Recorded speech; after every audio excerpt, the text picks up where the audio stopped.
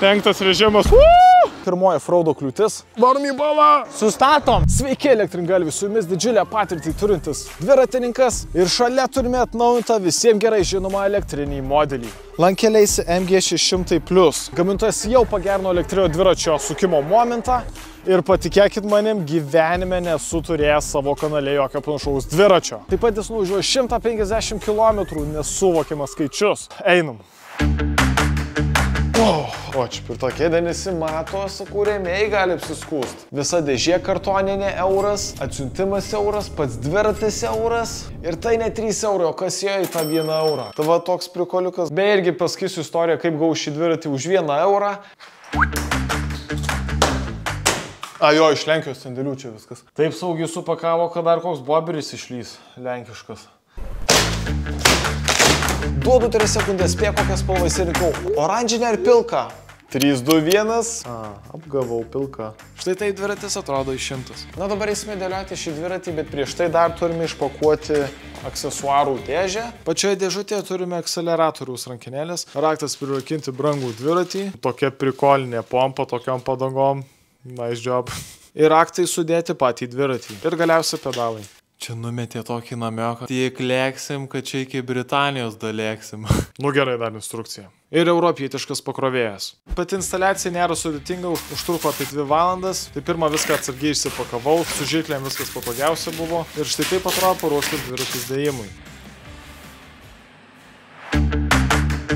Tai pirmą mes turėjome susidėti pačią rankeną, tas yra atsisukti tuos pagrindinius varžtelius, sudėti, yra tokie dantukai, kad rankena stovėtų per vidurį, tada atsukame žibintą ir uždėdame purvatsargį. Paskui, kad uždėti ratą, šiaip ne taip aš jį pastačiau štai taip, uždėjau apsaugos, kad neapsitrintų naujas dviratis, atsisukome tuos varžtelius, na dedame tą ratą, kad susilygintų ties stabdžių disku. Matome, kad viskas sukasi, tada prisukam ir tada vėl šiaip ne taip pastatom jį vėl ant kojų.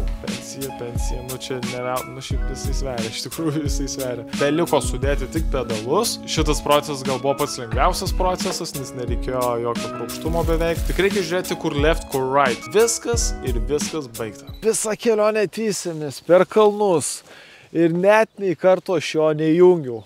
O taip išreiškiu pagarbą jums. Tikrai dviratis gan patraukliai atrodo. Taip, ir ką mes dar įdėjome, tai yra troselis. Tai reiškiasi, kad galima važiuoti net nepaminus to dviračio. Originaliai pati kompanija norėjo, kad mes užduome pedalų važiavimo asistentų. Na, bet ir aš kartais patinginėjau, o visgi pirku elektrinį dviratį. Galbūt patinginėtų, o galbūt kitą kartą tiesiog labai daug nuvažiuoti. Vidurinis mygtukas įsijungia arba išsijungia. Windowsai, opa, Mes dviratį pilnai užkrovėme, yra nuvažiuota, reiškia, gamykloje jau jį pratestavo. Čia keičiasi režimai. Ir kaip supratau, pliusiukas turėtų pakeisti režimą. Ar taip yra? Taip, taip yra. Atrodo kaip loading screenas. Galima visiškai išjungti, galima eko važiuoti, galima normaliai važiuoti. Nežinau, ką tai reiškia. Galima normalesniu režimu važiuoti. Ir tada jau sportas. Čia dar tas feikinis, o čia jau tas tikrasis sportas. Nesižudykim ant to geležinkelio. Bandom. Pirmas režimas. Dar svarbiausia šio įvykio dalis yra 1000 vatų Bafang variklis. Taip pat turi 70 Nm. Tiesiog varom iš tiesų šio dviračio charakteristiką, kaip jis gazuoja ir kiekgi gali važiuoti greičiausia. Tai viskas yra reguliuojamas šiais mygtukais. Pabandysiu nespausti ir pažiūrėsiu, ar jisai asistą duoda. Jo, jisai asistą duoda. Tikrai labai drąsiai jaučiuosi ant kelio, nors gan yra purus smėlis. Vis tiek aš jau buvau pravaręs pro visiškai purų smėlę. Jaučiu, tai kiek aš minu, tiek jisai ir leidžia man kvėpuoti. Minsiu daugiau, jisai irgi norės mint, bet jis labai švelniai. Bet čia, sakyčiau, toks piktybinis eko režimas. Nu, įdomu, kaip tas sporto režimas jausis. Bet mes išbandysime ant asfalto. Nu, išbandykime tą antrą režimą. Jis jau su manim nori pakalbėti, kokie šie norai gražūs, ane? Veltui tokie pureikia ant tos galvos. Lembai, kokį šuduką tikrai užmyniau. Man dar labai įdomu iš vietos, ar jisai važiuoja. Jisai važiuoja, bet čia aišku normalų režimus. Stabdom arklius. Lemba važiuoja. Oi, važiuoja.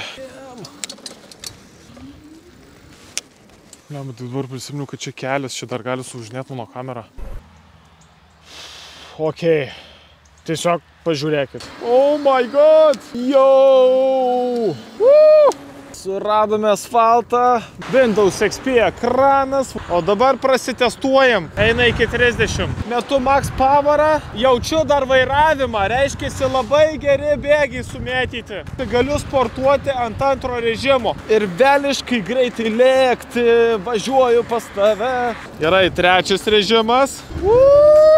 Eina, jau plemba šaroja akis, kelio nematau. 40. Atrodo nelegalų skaičiai. Netoli 40. Kebrašiau, bijau spausti tą mygtuką. Jau čia sportas, adrenalino reikia. Mikrofonas vietoj, vabalų į burną neįkrito. Jau mašinas visas lenkiam. Kem 2. Blemba V100. Ar jums iš akių atrodo, kad man užtenka greičio? Tikrai taip. Top greitis kaip ir panašus, įsibėgėjimas, žymiai velniškai greičiau išėjo viskas. 5. režimas. Aš net gazo nenuspaudžiu. Gerai, spaudžiam gazą. Su viena ranka lėkiu, man bus hana. Tuoj subirės tas dviratis. 5, kem 7. Kem 9. 50 antro borba, kem 9 kablis kažkiek tikrai buvo. Vėliau tai buvo parašta, kad mopedas, nu tikrai jaučiasi kaip mopedas. Dar į turbiną užmaut. Kaip aš šitą dviratį už 1 eurą paėmiau. Dar prieš tai šio projekto linką paliksiu prašymę, būtent sukimo momento versijos. Jam dabar eina akcija, 100 eurų akcija. Galima įsirinkti spalvą, galima imti 100 eurų pigesnį modelį. Nemeluoju, iš tikrųjų 1 euras, pritaikiau kodą. Bet toks dalykas vyko todėl, nes aš šiaip darau apžvalgas apie technologijas būtent, jau turiu daug patirties ties dviračių sferą ir taip kuriu tą turinį, tai yra reklamuoju produktą. Kiti gal nelabai supranta žmonės kaip darbo, bet iš tikrųjų pagalvokit, filmavimas, skripto rašymas, įkėlimas, video pavadinimo kūrimas, paveiksliuką kaip įdomesnį sukurti. Atrodo juokingai čia pasakiau, bet iš tikrųjų tokie video užtrunka kokią savaitę minimum, jeigu tu greitai darai video. Ir šiaip investicija kameros, studija, kompiuteriai, tikrai viskas labai daug kainuoja. Bet čia gal dar būtų toks paraginimas jums, gal pavyzdžiui žiūrit, o kažkas daro, kažkas už tai uždirba pinigus, kad jūs žiūrit. Tai toks galbūt paskatinimas, kad ir jūs galite kažką pradėti. And maybe one day you'll get a bike for 1 euro like me. Biškį nusikelkim tą šilumą, kiek čia galima šaltis, ne? Noriu šiek tiek pakalbėti apie tą techninę dalį, tai yra svarbiausi dalykai. Baterija. Taip pat ta baterija ir įsiema. Aišku, yra apsauga, kad neiškristų neveltui, ar atsikabintų ar kažkas. Yra apsauga. Tai šitą raktelį pasukus, atsifiksuoju bateriją, šitą palenkiam ir jau galima išimti, bet aš jos neišimsiu. Taigi šis dviratis turi Samsungo ličio bateriją, kuri jau yra ištestuota apie 1000 kartų tiek pakraunant ir iškraunant. Taip pat gamintojas sako, kad galima sunuvažiuoti apie 150 km, kas man atrodo yra neįmanoma, bet mes video eigoje mes visą tai pastebėsime. Ši baterija taip pat yra atspari tiek vandeniui, tiek dulkėm. Taip pat, kiek esu apžiūrėjęs dviračių, nei karto neturėjau didžiulio akumuliatorius, tai su šiuo didžiulio akumuliatoriu šią milžinišką bateriją galima pakrauti per 6-7 valandas. Tai va tokia prašmatni baterija, bet labiausiai vis tiek yra įdomiausia, kiekgi to atstumo galima pasiekti. Net pats gamintojas parašo, kad su akceleratorium galima pasiekti 70 km, kas yra visiškai insane. Važiuojam. Sustatom. Nu, paduoda gazo, čia nesijaučia duobių. Trumpas ratukas, tai negaliu daug ko pasakyti, bet greitis tai baisus. O, come on. Baigėsi kelias.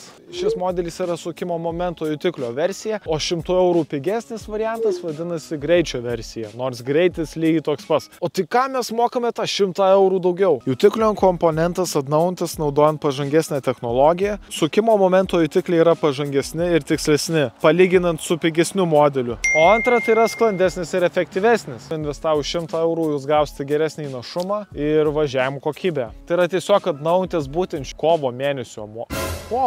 Kovo, tai čia prieš mėnesį atnaujino šitą modelį. Dabar varom miestą, užtenka tam kaime būt. Paskui po miesto varysim offroadint. Nu vat, ką tik pasiekėme miestą.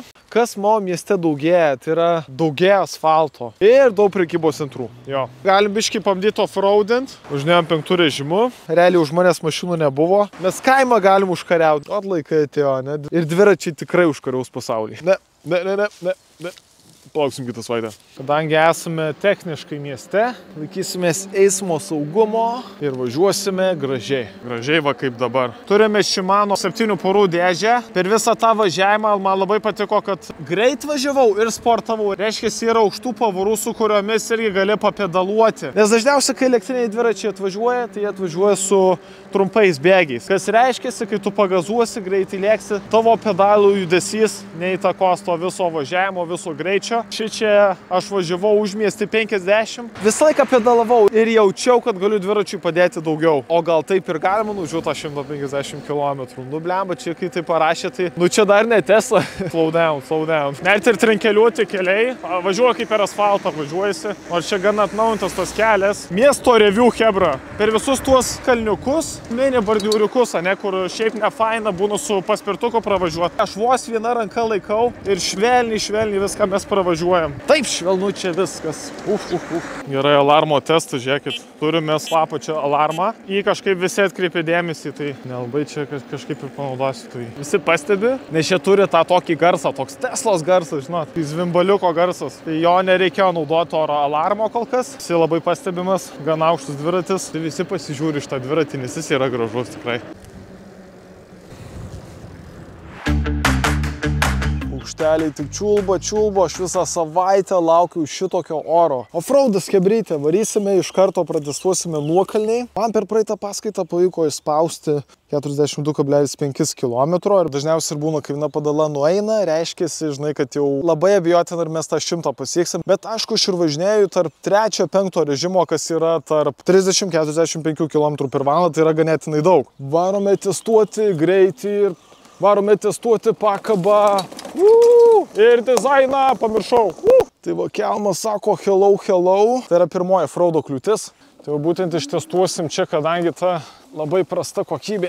Ir, o Jėzau, čia vos nenusiverčiau. Viskas. Tikrai buvo gan minkšta žemė. Pavyko. Visą tą kliūtį variau be akceleratoriaus pagalbos ir ant antro režimo. Tai įsivaizduokit, ant kiek tai veikia. Vėl turime naują kliūtį. Fuck it, važiuojam čia.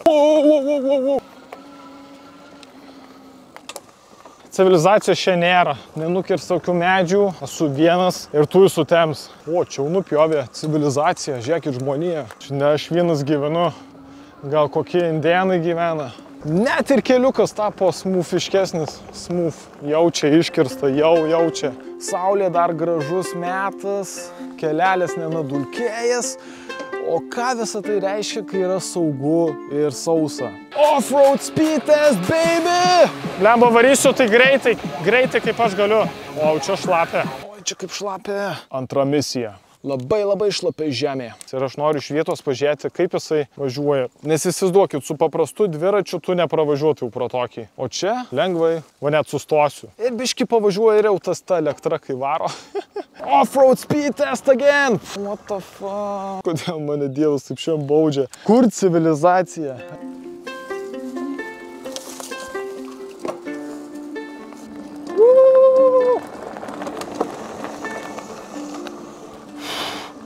Nes speed testą eina švilpt. Na dabar pakalbėkime iš dizaino pusės. Tai yra visiškai tvirtas aliuminio rėmas, atsparus rūdim, korozijom ir sveria tik, nu gerai, ne tik, sveria 3-7 kg, bet jis tinka ir vaikam, nes jeigu baterija įsenka arba tiesiog esate įklimpęs, jūs galite naudoti akceleratorių, va tai vaiti. Ui, biškai, na visada galima prisidirbti. Tai turime pilkos spalvos ir galime imti oranžinį. Šie dažai yra elektrostatiniai mandri dažai. Taip pat jisai gali laikyti 200 kg. Aš jį bandau čia dročinti ir jam čia vapšiai nėra ką veikti, nes turi labai geras šakes. Tai yra, jos juda iki 10 cm. Tai yra labai komfortiškas važiavimas. Mieste pasijautė per visus bordiūrus ir čia per šakas važiuojant labai pasijautė tos visos šakės jausmas. Atsukti, kas yra pas mane ir buvo. Tai yra labai švelnus važiavimas, visiškas komfortas. Ir va tokiais keliais tai yra pats tas. Ir taip pat galima šakę užsukti, jeigu labai ekstremalios sąlygos. Taip pat gamintojai sako, kad jis gali užvažiuoti į 35 laipsnių kalną. Mums Lietuvoje tai nėra aktualu, mes ne Šveicarija kokia. Bet pas mus irgi, va dabar va čia pas mus yra labai stačių kalnų. Tai yra tų 3-5 laipsnių kalnų. Su akceleratoriaus pagalba ir truputėlį savo paminus labai galima lengvai nuvažiuoti visus kalnus. Nei vieno čia kalno nebuvo, į kurį nebuvau užvažiavęs. Nes kaip ir sakiau, tai yra torko versija, tai yra labai svarbu norint užvažiuoti į bet kokį kalną. Tai yra beveik bet kokį Europos kalną. Taip pat labai buvo netikėta, jeigu jeigu jūs esate visiškas ekstremalas, tai šitas dviratis neturi išmaniojo telefono waterproof IP54 funkciją. iPhone-inė apsauga. Na, ir surinksim 500 laikų. Kitame video aš padarysiu eksperimentą. Važiuosime Vilniuje į mano ofisą su mašina, o kitą dieną su dviračiu ir pažiūrėsime, kaip galima nuvykti greičiau. Tai tokia video idėja patiko, parašyk komentarą ir palaikink. Nustabdžiu tikrai pasaka, nes net ir važiuojant nuokalne labai gerai stabdosi dviratis. O aš naudoju tik vieną stabdį, tu primesk, kai naudosiu 2 stabdžius. Arba iš miesto dar.